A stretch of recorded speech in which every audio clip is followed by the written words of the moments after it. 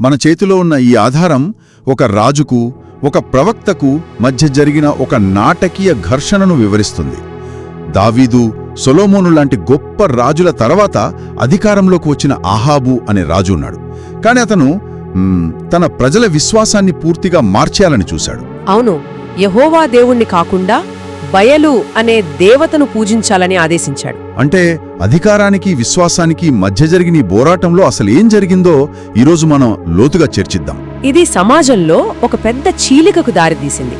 అంటే ఒక రాజు తన ప్రజల దేవుణ్ణి మార్చమని చెప్పడం అనేది చాలా పెద్ద నిశ్చయం. నిజమే. కొందరు రాజుకు భయపడి బయలును పూజించడం మొదలుపెట్టారు.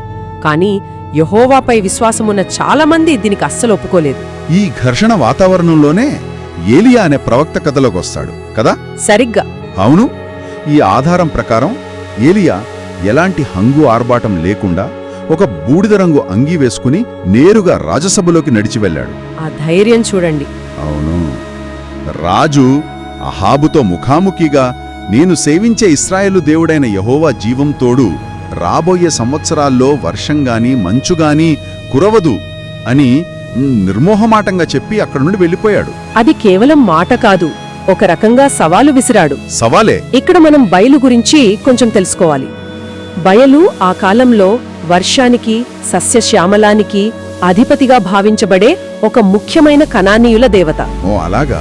యెహోవా దేవుడు కరువును సృష్టించడమనేది అంటే బయలు శక్తిని నేరుగా సవాలు చేయడమే. అర్థమైంది.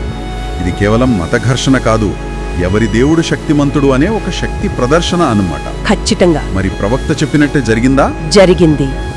ఆకాశం నిర్మలంగా మారిపోయింది, నదులెండిపోయాయి, పంట పొలాలు బీటలు వారాయి, దేశమంతా కరువుతో అల్లాగిపోయింది. దీనికి కారణం ఏలియానే అని రాజు అహాబు కోపంతో రగిలిపోయాడు. కాని అసలు కారణం అది కాదని ఆధారం స్పష్టం చేస్తోంది కదా. అవును, ఆధారం ప్రకారం ఈ విపత్తుకు కారణం ఏలియా శాపం కాదు, రాజు మరియు ప్రజలు బయలును ఆరాధించడం ద్వారా చేసిన పాపం. అయితే రాజు దీన్ని అంగీకరించకుండా తన కోపాన్నంతా ఏలియా మీద చూపించాడు. అవును, అతన్ని పట్టుకోవడానికి సైనికులను దేశమంతా పంపించాడు. ఒక ప్రవక్త రాజును ధిక్కరించి పారిపోయాడు. ఇప్పుడతను ఒక ఎడారి లాంటి ప్రదేశంలో ఒంటరిగా ఉన్నాడు. మరతను ఎలా బ్రతికాడు?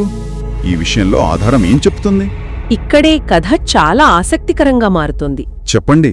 దేవుడు ఏలియాను కెరీదు వాగు దగ్గర దాక్కోమని చెప్పాడు.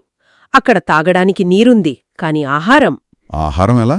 ఆధారం ప్రకారం ప్రతి ఉదయం, సాయంత్రం కాకులు వచ్చి అతనికి రొట్టె, మాంసం ఇచ్చి వెళ్లేవి. కాకులా? అవును, దేవుడే ఆ పక్షులను తన సేవకుణ్ణి పోషించడానికి పంపించాడు. కాకులు ఆహారం తీసుకురావడం, ఇది వినడానికి చాలా అద్భుతంగా ఉంది.